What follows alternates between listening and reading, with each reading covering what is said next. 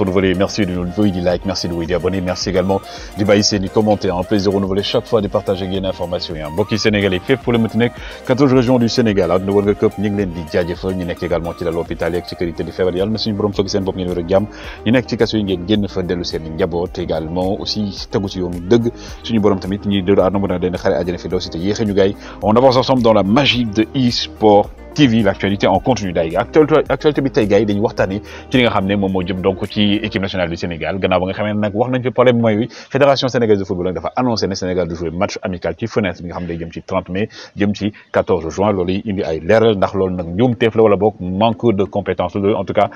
par point d'interrogation lañ ci def jëm nag ci yéen kay stade ñëw ne la peur en défense et en attaque avant Bénin et Rwanda donc wax ci Aliou Cissé donc war na revoir li nga xam ne mooy donc li défense bi ak aussi attaque bi Real Madrid cible Sadio Mané wax ci également Bamba Dieng ak Idrissa Gana Gueye seen saison bi nu mu fa demee loolu yéen kay bi di stade daal di wax ci xëtam bu njëkk également record mais Paris rêve d'un duo Sadio Mbappé donc loolu la ñu wax suñu diggante donc tirage au sort des éliminatoires ce lundi 3 qualifiés au lieu de 2 dans la zone ouest à un match amical Gambie Sénégal annoncé loolu lañ ci wax aussi ci jëm nag loolu nag ci donc di CAN di CHAN 2023 bi la donc yéen kay bi également di Rewmi Sport ñëw ne Benjamin Mendy plaide non coupable avec 111 buts Mané 23e meilleur buteur loolu daal la ñu wax la Gambie qui défie le Sénégal jëm ci CHAN 2023 bi du kaw Edouard kii do Benjamin Mendy jotoon nañ ci wax démb gaay ma indi leen ci ay leeral ci liñ koy toppee foofu noonu nag nga xam ne moom mooy ca France waaye également beneen joueur boo xam ne aujourd'hui mi ngi wéy di wane boppam tey nekk na ambassadeur également du côté de la FIFA entre autres aussi muy ki nga xam ne mooy donc kii di Edouard Mendy Ndiol Koumba Mur de Gorée nga xam dafa demoon nag ci nga xam ne nag mooy donc forum mondial de l'économie donc forum économique mondial la demoon ngir nag un peu wax aussi ci exemple Sénégal pas également exemple football par rapport li nga xam ne nag moom mooy doxinu koom donc ci àdduna wërngal que pendant ce temps également ki nga xam ne mooy Zlatan Ibrahimovic avec ses nombres de trophées que vous voyez actuellement donc Zlatan trophée yi la gagné diggante donc fi nga xam ne nag moom mooy donc Ajax Amsterdam jaar Juventus Inter ak aussi li nga xam ne mooy donc Barcelone Milan ak aussi ñii di waa Paris Saint-Germain laata muy delluwaat fi nga xam ne mooy donc ca Milan AC mais également ci zone Afrique nga xam ne nag mooy Zimbabwe ak Kenya gars yi duñu bokk ci li nga xam ne moom mooy donc éliminatoire CAN 2023 bi loolu nag nekk avantage ci li nga xam ne mooy donc Cameroun ak Maroc ñu bokkaloon ñaari équipe yooyu poule et aussi loolu day lu ko waral nag mooy que ne ñoom ingérence politique ñoom dañoo jàpp ne nguuru dëkk yooyu noonu dañoo dugal seen loxo ci wàllu doxalinu football bi moo tax daal di kii di waa CAF daal di génne ci li nga xam ne éliminatoire yi mais pendant ce temps aussi du côté de la squadra azzurra donc l'Italie donc ki nga xam mooy donc Mancini génn na liste boo xam ne aussi gis ngeen joueurs yi la convoqué dafa def large revue d'effectif pour xool joueurs yi nga xam ne nag ñoom la soxla Zaniolo ay ñoom Scamacca ay ñoom donc ñi ngeen xam joueurs yu bëri du côté de Barella entre autres dinañ ñëw Jorginho Locatelli entre autres ñii dag waa de Angleterre moom tey la nga xam ne nag moom la ñuy annoncé donc lii di seen liste boo xam ne aujourd'hui dinañ ci gis yenn changement notamment ñaari joueurs Manchester United yoo xam ne dañ ci bokk na ci kenn ki nga xam ne mooy Jadon Sancho mi nga xam ne nag pourtant deuxième partie de saison bi dox na mais bu matul gars yi neen Gareth Southgate du ko woo ak aussi ki nga xam ne donc moom mooy joueur bi ngeen di gis aussi Rashford Marcus Rashford mi nga xam ne aujourd'hui moom ak manque de temps de jeu bi moom du côté de Manchester moo tax it moom bu matul du bokk ci liste bi mais bu fekkee ne moom nee na dafa bëgg a toog Manchester ngir prouver du côté du nouveau entraîneur de Manchester United muy Eric Ten Hag justement on va parler de Eric Ten Hag nag gars yi gis ngeen démb def nañ présentation du côté de Manchester United moom nag semaine bii di ñëw week-end bi war na boog waxtaan par Zoom ak ki nga xam ne nag mooy Ralf Rangnick pour un peu voir la situation de l'équipe moom mi nga xam ne dafa bëgg am yenn secteurs yoo xam ne daf ko bëgg a renforcer am yenn teneur yoo xam ne da leen di maintenir yeneen teneur yi daal mu daal leen bàyyi ñu dañ dem bokk na ci Paul Pogba yi xam ne déjà il est libre il est libre par rapport à son contrat et tout mais aussi Edinson Cavani bi nga xam ne c'est assuré que ne moom day dem parce que Ralf Rangnick waxoon na ko Edinson Cavani bi nga xam ne nag waa Salernitana donc ñoom ñoo si nekk bëgg ko xool italien ñoom dañuy rêver gis ko mais Edinson Cavani soit mu dem Brésil soit mu dem Espagne loolu daal mooy bëgg-bëggam fi mu ne nii l'attaquant uruguayen meilleur buteur donc du Paris Saint-Germain et keneen joueur boo xam ne aujourd'hui ñu ngi waxam club yi bëri bëggoon ko convoiter muy ki nga xam ne nag moom mooy donc kii di Kevin De Bruyne neen dese na ma ñetti at Manchester City et définitivement man dama bëgg dem jouer Manchester City fii foofu boog laa bëgg a des jeexale fa sama carrière en tout cas moom loolu la wax Kevin De Bruyne neen actuellement daal situation bi foofu la ko toll moom au vu de ce que fait Manchester City foofu la bëgg a toog gagné fa trophée le milieu de terrain belge keneen ki nga xam ne également du côté de Manchester City moom signé renouvelé gul contrat ba léegi muy Raheem Sterling actuellement nag aussi nee na il est dans les petits papiers du côté donc de ñi nga xam ne mooy Real de Madrid ñu ngi xool option boobu Real Madrid xam ne donc Sadio Mané bokk na si liste bi wax naa jëm détail et tout donc Raheem Sterling également ñi ngi koy xoolaale moom mi nga xam ne kii di donc Guardiola dafa bëgg mu daal di toog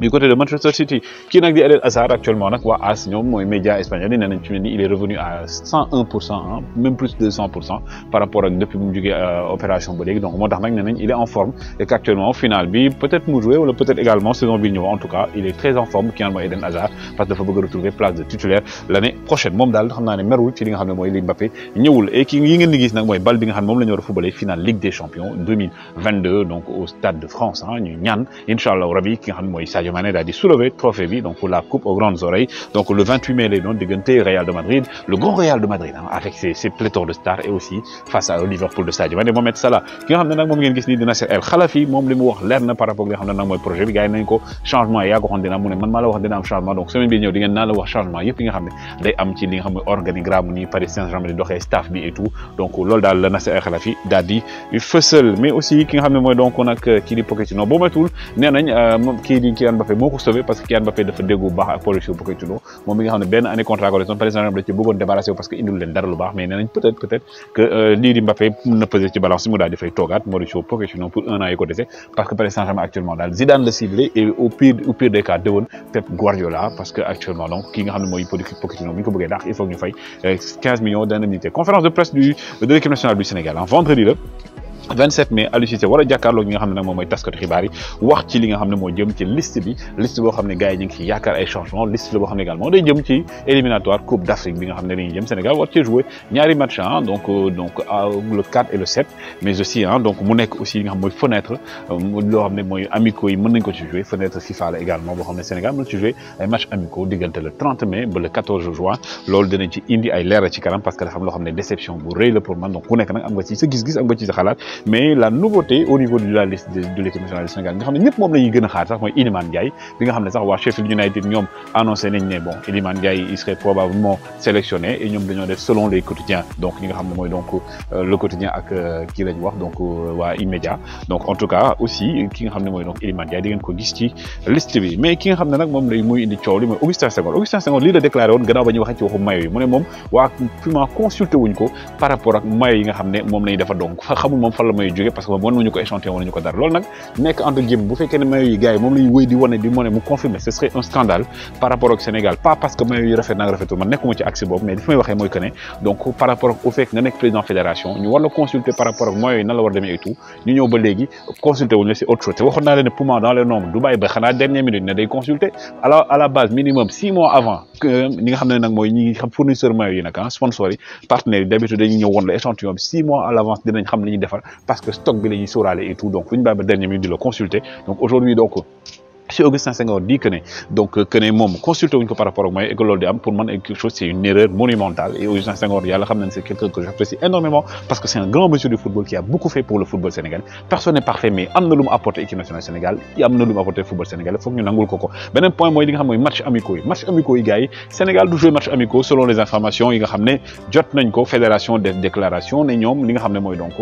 li diggante le 30 mai à le 14 juin donc Sénégal du jouer match amical parce que ñaari match yi ñu am contre moo jëm éliminatoire Coupe d'Afrique yi ñuy joué après dañoo bëgg a may joueurs yi ñuy noppalu ko man nag paradoxe bi mooy lan gars yi paradoxe bi mooy gars yi ñoom joué équipe africaine yi nga xam ne ñoom ñoo dem mondial ñoo demoon ci CAF di CAS ne ko CAF li nga xam ne mooy planning bi nga defar dafa serré et que duñu mën a am temps jouer match amicaux te dañoo soxla match amicaux donc il faudrait que nga jéem a xool nan ngay alléger planning bi pour ñun ñu mën a am match amicaux CAF nag topp leen ci loolu fexe ba élargir ko am match yoo xam day am mois de mai am match yoo xam day am mois de septembre entre autres am yu amaat mois de mars prochain donc année bii di ñëw incha allah bi ñu fekkee ko tatal ko donc diggante bi Sénégal ñu dégg si bon Sénégal Brésil gars yi ne amoon nañ accord ak yooyu ñu ngi discuter et tout ñi nga xam ne mooy Ablaye Sow toog télé ne bon ñu ngi discuter ak ay équipe ak yooyu ñu dem ba dernière minute gars yi ñu indi prétexte ne non bon léegi dañoo bëgg a bàyyi joueur bi ñu kiiwee ba pare ñu daal di noppaliku pour man c'est un paradoxe boo xam ne aujourd'hui ça prête à confusion maintenant est-ce que c'est de l'incompétence de la fédération je ne dis pas ça est-ce que également manque de sparring partenaire la loolu day poser beneen question boo xam ne dinañ ci ñëwaat parce que gars yi di ma wax rek di nga jamono ji football business la et que tey bu fekkee ne amoo la nga xam ne mooy community manager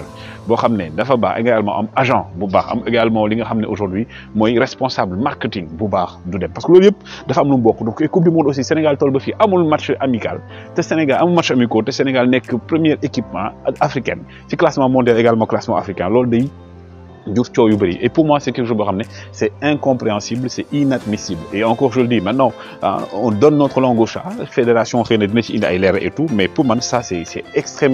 extrêmement grave pour le Sénégal nga ñëw déjà de un ñu ne sa maillot bi bon consulté wuñ sa président fédération deuxième chose ñu ñoom ñu wax ne match amicaux ñu ngi koy réglé dem benn moment ne non finalement dañuy bàyyi jouer répond ñu noppaliku donc loolu ban prétexte alors que le Maroc le Cameroun tous les autres pays ñi ngi am ay match amicaux mel ne bokkoo leen ñi nga xam ne tey mooy ambition wala jëm coupe du monde bi en tout cas comme on dit ci mën a neex bu baxee di xeeñ donc actuellement la situation est un peu désastreuse les gars on se donne également rendez-vous n'oubliez pas le 28 mai na ñëpp ñaanal Sadio Mané jël trophée bi inchallah rabbi booy leen di like booy leen di abonné joxe leen seen avis également jaa ngeen jëf